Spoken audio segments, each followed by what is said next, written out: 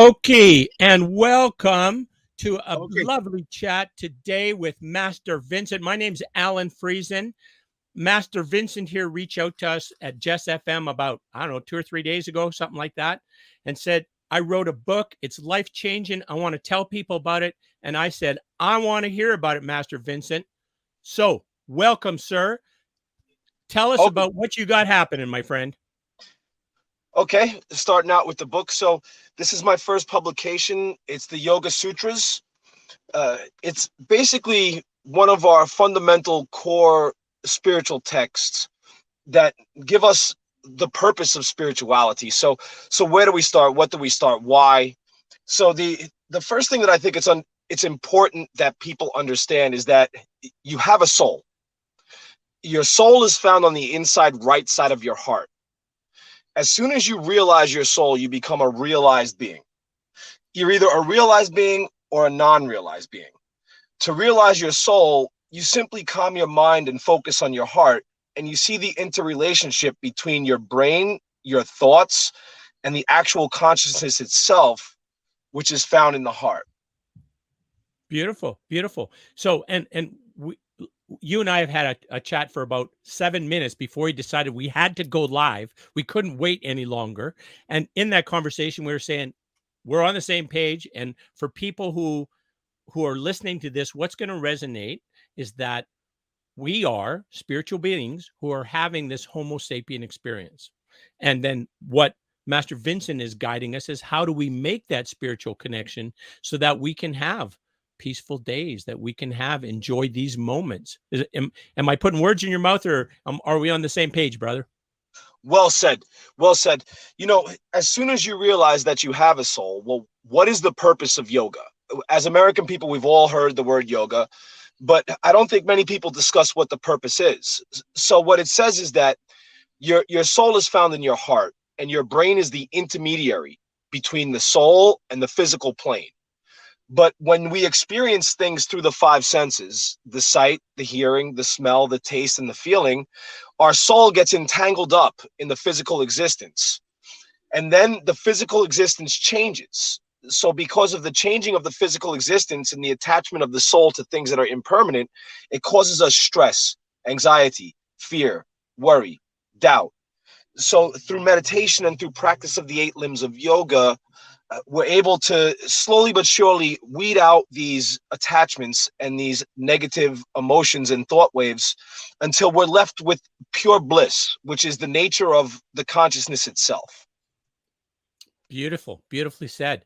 And so much of this of health, of bliss, of joy, it's only found in the present moment. Is that correct? Like, where else are we finding it except for not right Absolutely, here? Alan. I'm happy you started with that. The first sutra, when Patanjali, he's the guy who wrote the Yoga Sutras. And basically what they're saying is Patanjali was like a high angel. He wasn't like Buddha. Buddha was born as a human and made it to enlightenment. Patanjali was a high angel who dropped to earth. So it's a little bit difference between him and Buddha, but the teachings are the same. But the first one is yoga takes place now, or yoga happens in this moment. So when they asked Patanjali, what is yoga? Patanjali's answer was, be fully present in this moment. Be here right now. And that's yoga. The thing is that we come out of the present moment. We want things in the future. We're worried about losing things. We become anxious about tomorrow or the next day or that big appointment. We become attached to things. We lose a lover. We lose a friend. These things happen and they bring us out of the present moment. So what Patanjali's saying is, it's our psychological processes that bring us out of the joy and the bliss that are in the present moment. So in order to maintain in the present moment, the mind should be calmed, and then the mind should be rejoined with the soul. And when the soul is purified from practicing the yamas and the niyamas and asana and pranayama, then the mind will naturally be drawn into the soul and the two become one. Beautiful, beautiful. And so your book, when you wrote it, wait a minute. First of all, back up. You've kind of had an epiphany that changed your life, right? Which caused you to write this book to make a difference in other people's life. What was that? What was the moment that said, I got to write this down? Okay, well, epiphany means realization, and every day if we're practicing properly, we should have epiphany after epiphany after epiphany until the final epiphany, which would be called death, or I like to call Bardo. So we're Bardo? constantly going through a permanent state of epiphany and realization. I started with this text because it's a classical text. And after studying all the Buddhist text, the Christian text, the Taoist text, and the yogic text, this text covers all of the basis. And there's only 196 sutras, and they're non-biased. And now at this point, I'm certain that this text should be a text that everybody starts with. And if you study the teachings of Buddha, if you study the teachings of Jesus, after reading this text, there's no doubt in my mind that both Buddha and Jesus studied this text. So this is one of the core fundamental texts of spirituality ever written. But when our ancestors wrote the text down, it wasn't spirituality. It was this is the knowledge and the wisdom that we want to give people so that they can have a happy life, free from disease and free from suffering. And not only those people, but also all the people in the whole world. By reading this text and practicing the 8 limbs of yoga, the world will be more peaceful, more generous, more happy, more calm, less stress, less disease, less worry. Beautiful, beautiful. That's awesome. And so you've basically taken a text that you recognize as sacred, and then now you have kind of republished it in a way to make it more relevant today. Is that kind of what you've done? It is my personal translation, so it's my unique translation. So Patanjali says that repeated study of the sutras is what the yogi should do to attain kaivalya or nirvana or liberation. So there's a lot of different ways that people have presented it. In my version, I have multiple translations for each sutra. So it allows you to focus on the sutra and study them repeatedly and commit them to soul memory as fast as possible. Okay. And the multiple translations, what languages have you translated them to? All the translations are coming into English, and my English translations are coming with a Christian upbringing and a heavy Buddhist and Taoist background. And I also have the spiritual gift to see insight into the texts. Cool. Okay. Well, this sounds fascinating. Alan, your question is probably why multiple translations? So when they initially wrote this text in Sanskrit, the Sanskrit language is very expressive, and one Sanskrit word can mean 100 different words in English, because English is a lot more of a descriptive language. So, for example, the word dukkha means suffering, stress, unholiness, ugliness, pain, sorrow, doubt, fear. All of those English words are one word, which means dukkha. So when I give the multiple translations, I do my best to cover the whole translation from Sanskrit into English. And some of the translations were coming from people from India who were introducing the text into English. I'm coming in with an English understanding and translating the text from Sanskrit as a second language into English as a first. Cool. Cool. So you're quite a language scholar as well. Would that be a fair statement? Yes. Mm-hmm. Okay. And tell us this. I couldn't just start calling myself Master Allan. That would be inappropriate. Somebody would have to say, even though I might think that in my mind, just so you know, like a little bit of an ego issue there, Master Vincent. But it wouldn't be appropriate for me to do that. Somebody has to qualify you. Somebody has to test you. Somebody has to say, yes, you can use this title. How does that happen? How did that happen for you? Okay, well, first of all, a master has failed more than a beginner has ever attempted. So I don't think that there's an issue if you want to call yourself a master, if you really are a master. As soon as you have reached the goal of yoga and mastered these high levels of spirituality, teaching for 15, 16 years, that's fine. I'm a licensed Reiki master teacher, so I'm a licensed RMT. So I do have the piece of paper that says I'm a master. But as soon as you still your mind and you reach the higher limbs of nirvana and samadhi, if you want to call yourself a master, that's absolutely fine. I think that we should bring it in the modern days to where, you know, yes, I am a spiritual master. I've been practicing for 16 years. I've calmed my soul. I've realized my soul. You know, I'm a realized being. As soon as you come into that, that's fine. I'm also a yoga master and a Qigong master. So I have the paperwork to back it up. And I'm actually a master of these things as well. How do you know that you're a yoga master or a Qigong master? Qigong for enlightenment is liberating your soul from the physical body. The Qigong practice is how to cultivate your internal energy in order for great health and in order for the same goal, which is spiritual enlightenment. You've become a yoga master when your mind and your soul have become one, and you become one with the universe and creation. Then you can call yourself a yoga master. Now, the thing that I see is people aren't saying, well, you have to practice the 8 limbs of yoga. So the 8 limbs of yoga are traditionally taught where basically your mind has fluctuations. It thinks, it worries, it fears, it doubts. These fluctuations cause fluctuations in vrittis, what's called in your consciousness. The way to stop these mental fluctuations and free yourself from stress and earthly attachment is by practicing the 8 limbs of yoga and studying the sutras. So in the religion, it's study. It's part of the religion, is continued study. But along with study goes concentration, meditation, which is stillness, practicing of the moral and ethical codes, and then breath work, pranayama, focusing on the breath. These are the limbs that are prescribed by the ancient ancestors. So this is how it should be taught. Now, people say, oh, that's dogmatic. Well, they're limbs. They're not steps. So each time you practice one limb, that limb grows. The final limb is nirvana, samadhi. The final limb of samadhi blossoms after you become well established and master the first 7 limbs. The fruit of the first 7 limbs of yoga is nirvana. And that's another thing that I don't see, that nobody's teaching. Listen, there is a thing called nirvana. Everybody's heard of nirvana, not just the band.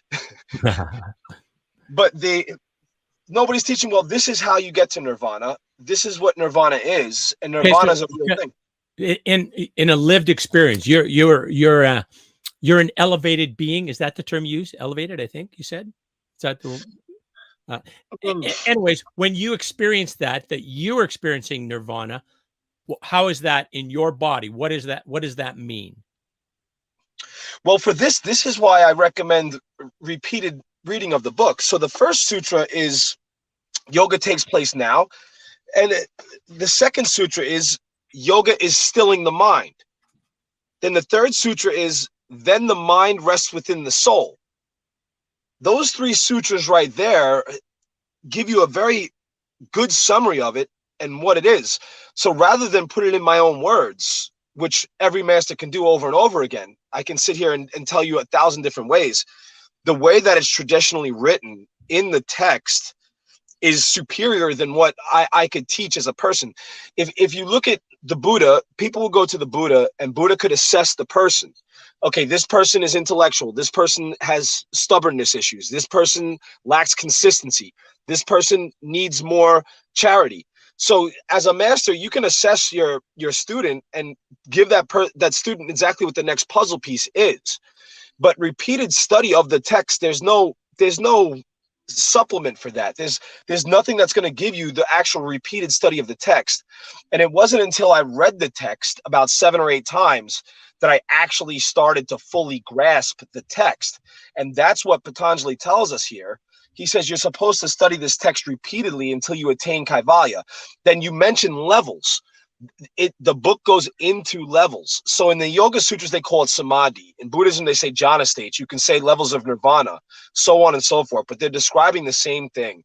Your mind becomes one with your soul, and your body, your emotions, your brain, your soul becomes so absorbed in the present moment that they ignite, and the elements within your body begin to change, and your aura field starts to glow. And then you become fully and totally present in the present moment, where what you look at there's no longer any type of ego that paints a separation between what you look at. You and the object of concentration become one.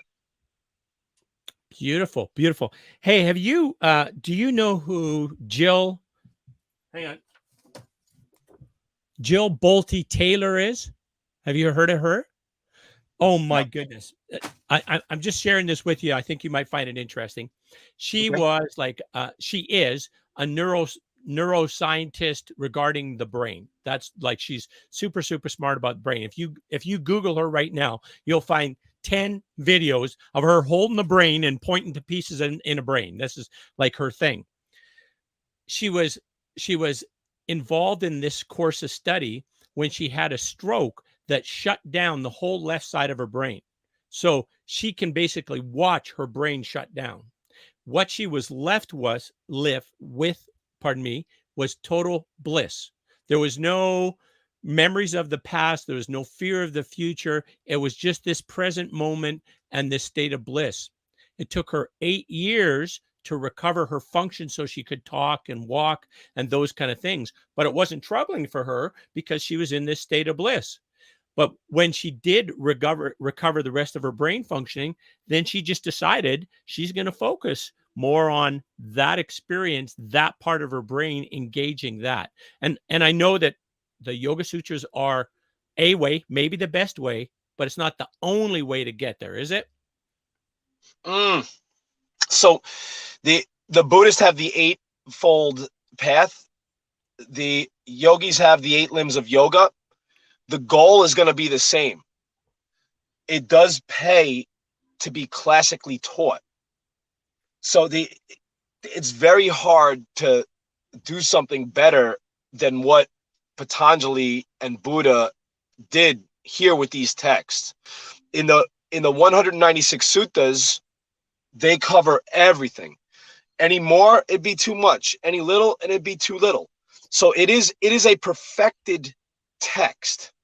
Other things, is there many different ways? Oh yeah, I'm sure there's countless ways. You still want to have somebody guiding you to the path. Even Siddhartha, the Buddha himself, had the best education and was highly recommended or highly educated in Sankhya philosophy. The Buddha did not sit underneath a tree without being taught the best education of his time. So to get to the goal of spirituality without having some kind of a teacher or some kind of an intelligence guide the way, it's very rare. In fact, it's never been recorded in human history that a being's got there without some kind of a previous education. Is it possible? Sure, anything's possible. But the classical ways are put together and had time, thousands of years, to look at the text and say, okay, this is how we should put it. This is what needs to go in. This is what doesn't. So it matters. Are you being guided there by the right person? Then the question is there one spiritual goal? And according to the Yoga Sutras, there is. As soon as the soul becomes liberated and you never fall back into duality again, in other words, you never form an emotional attachment again. Your concentration and your awareness are so powerful, and your brain is so trained, and your soul is so perfected with virtue that you never fall into samsara again. What is samsara? Samsara is pleasure and pain. Oh, I like Taco Bell. I want to have a taco. Next week, you want to have another taco. The week after that, you want to have another taco.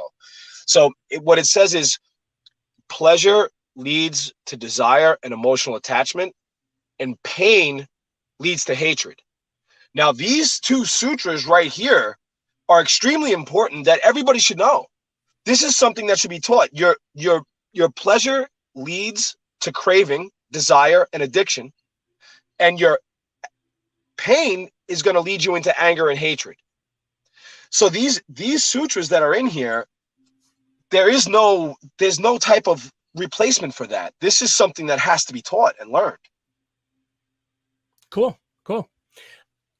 I always have a challenge. I think there's, you'd mentioned about pleasure leads to desire, leads to addiction, right? So now explain to me, I find that sometimes I can use my senses, the pleasure of receiving, things in my eyes that appeal to me, things in my ears that appeal to me, touch on my skin that appeals to me. Those I call as pleasures. And those ones I can find as a tool to get to this present moment, to stay in this present moment, kind of bypass the thoughts. Just, you don't focus on thoughts because you're focusing on those inputs that I have as part of being in this body temple. So, and I think that's a positive thing, but that kind of pleasure leading to desire, leading to addiction, that seems like is pleasure always a bad thing according to that sutra? Excellent point. Two things. First thing, the purpose of life is to enjoy life. So we are supposed to enjoy life, and there's absolutely nothing wrong with pleasure whatsoever. And in the moments of pleasure, you experience a still mind. Think about it. You come home, tough day, you throw on a movie or a television, and then all of a sudden your mind calms down. And then in that moment, you have a still mind. So what it says in the Yoga Sutras is we should focus on something that makes our mind calm and still. It doesn't matter what it is. As long as whatever you're focusing on calms and stills the mind, that's fine. And usually we'll start with something external, and that might be something that gives us pleasure. But then you take the external object away because you're focusing inwards towards the soul. Whenever you put something in your mind, that's considered food to a yogi.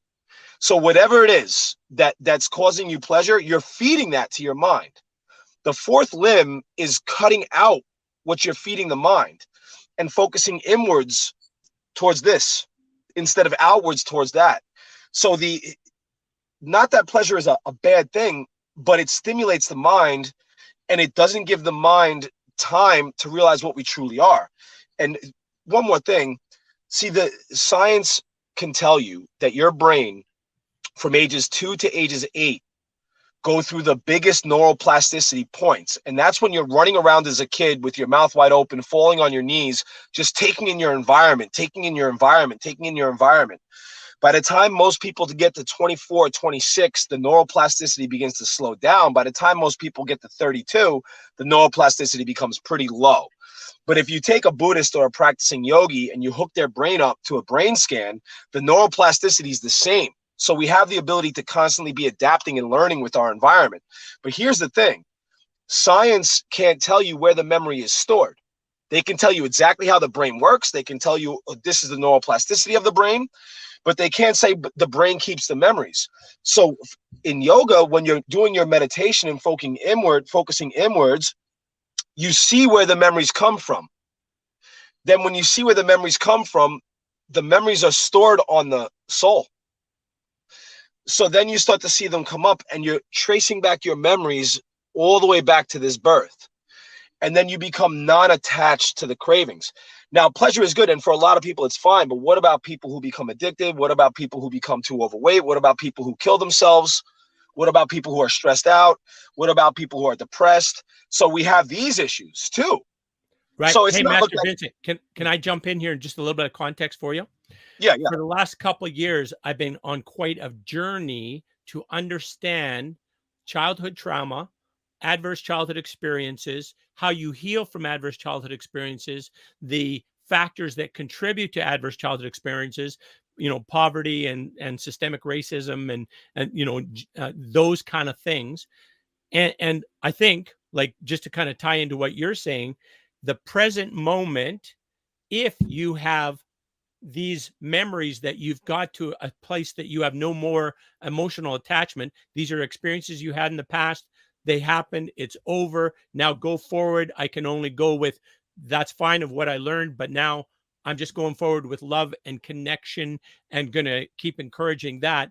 And through that process, I think healing those past trauma is part of that journey to get to where you can stay in this present moment. Does that make sense?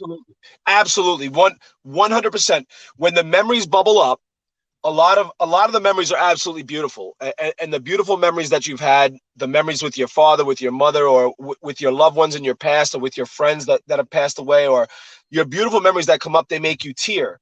But then those memories that come up that were painful, they come up as well. And you start to become more and more at peace with those, but your memory becomes conscious awareness. So the memories, when you start to get into samadhi, the highest levels of yoga, your memories actually become consciousness around you.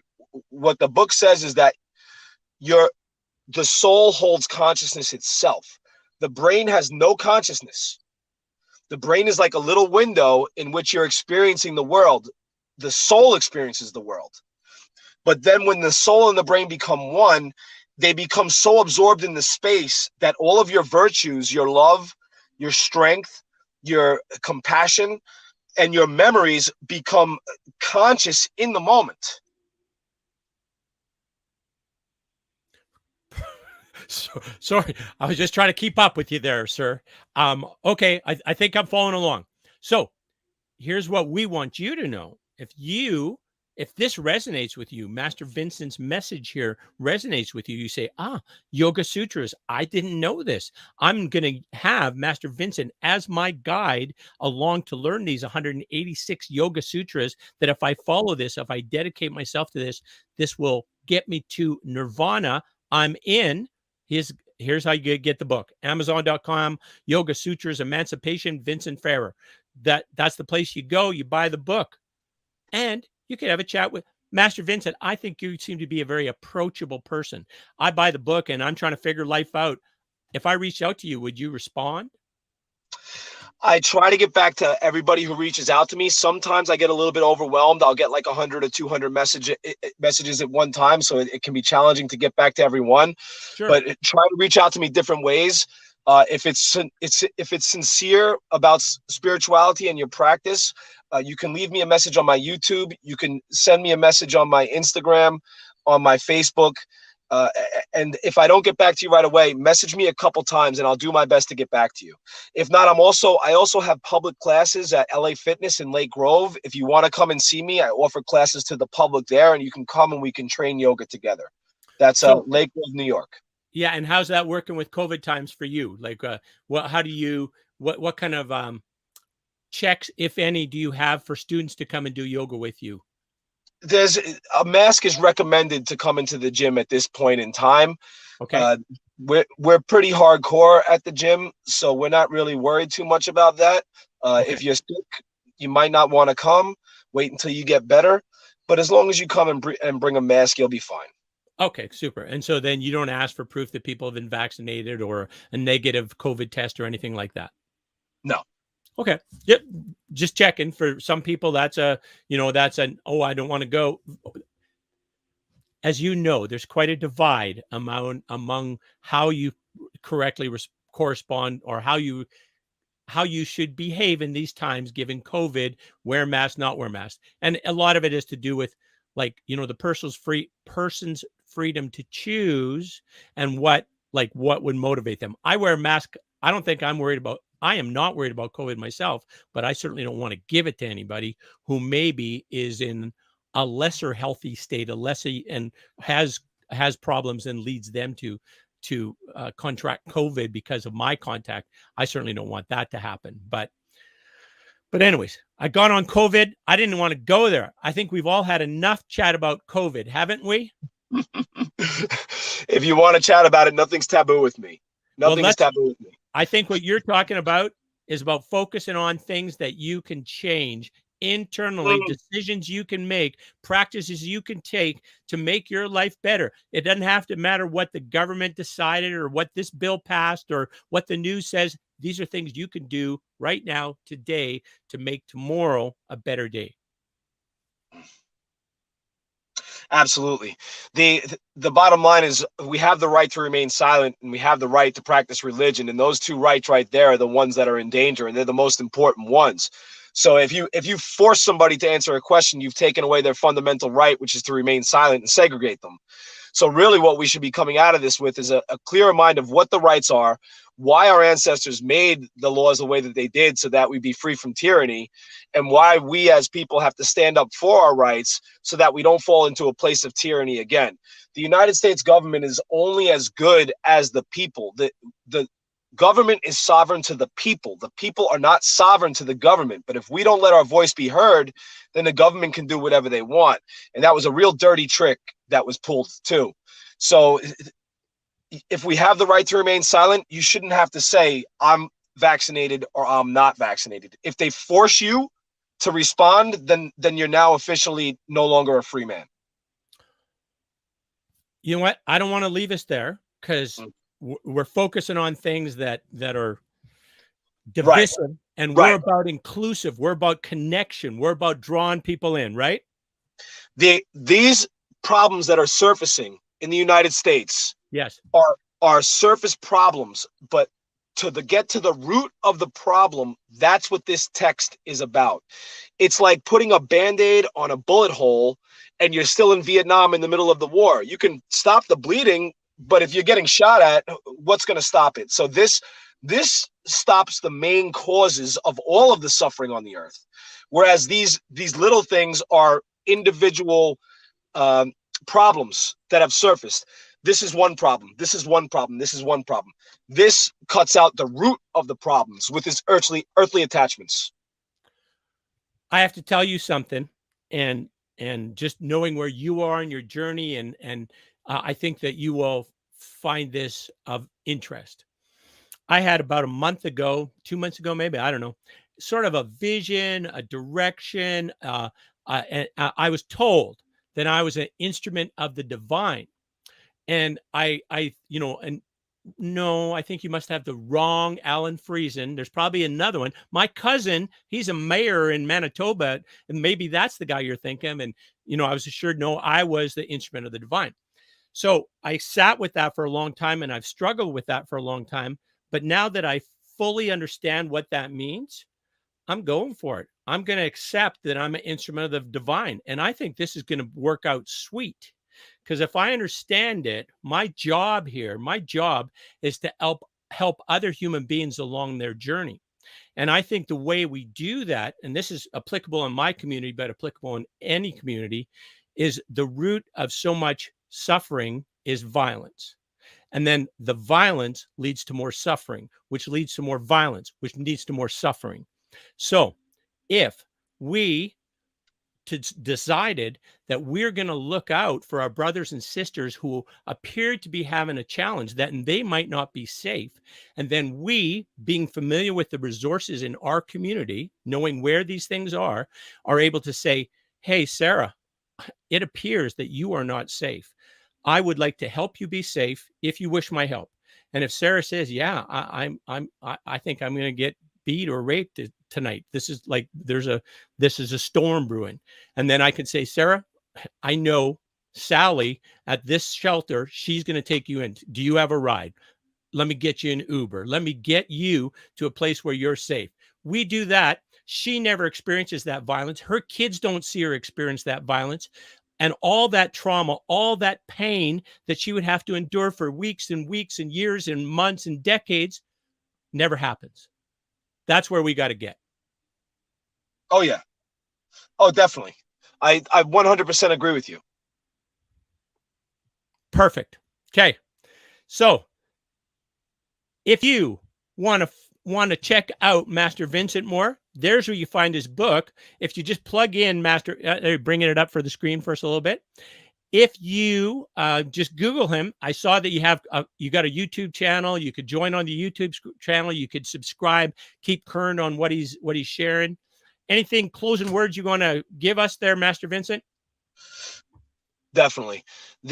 My YouTube channel is Wisdom, Master Vincent Ferrer. It goes with the idea, like the Buddha taught, like Patanjali taught, that the only way to cure suffering in this world is through education, knowledge, and wisdom. So it's a lot about health knowledge, health wisdom, spirituality, spiritual knowledge, spiritual wisdom. Please like, subscribe, and share. And Allan, your vibes are great. Thank you very much for having me on the show. I really appreciate you. That was a lot of fun. I appreciate you too. You're going to make a big difference in the world. Thank you for that.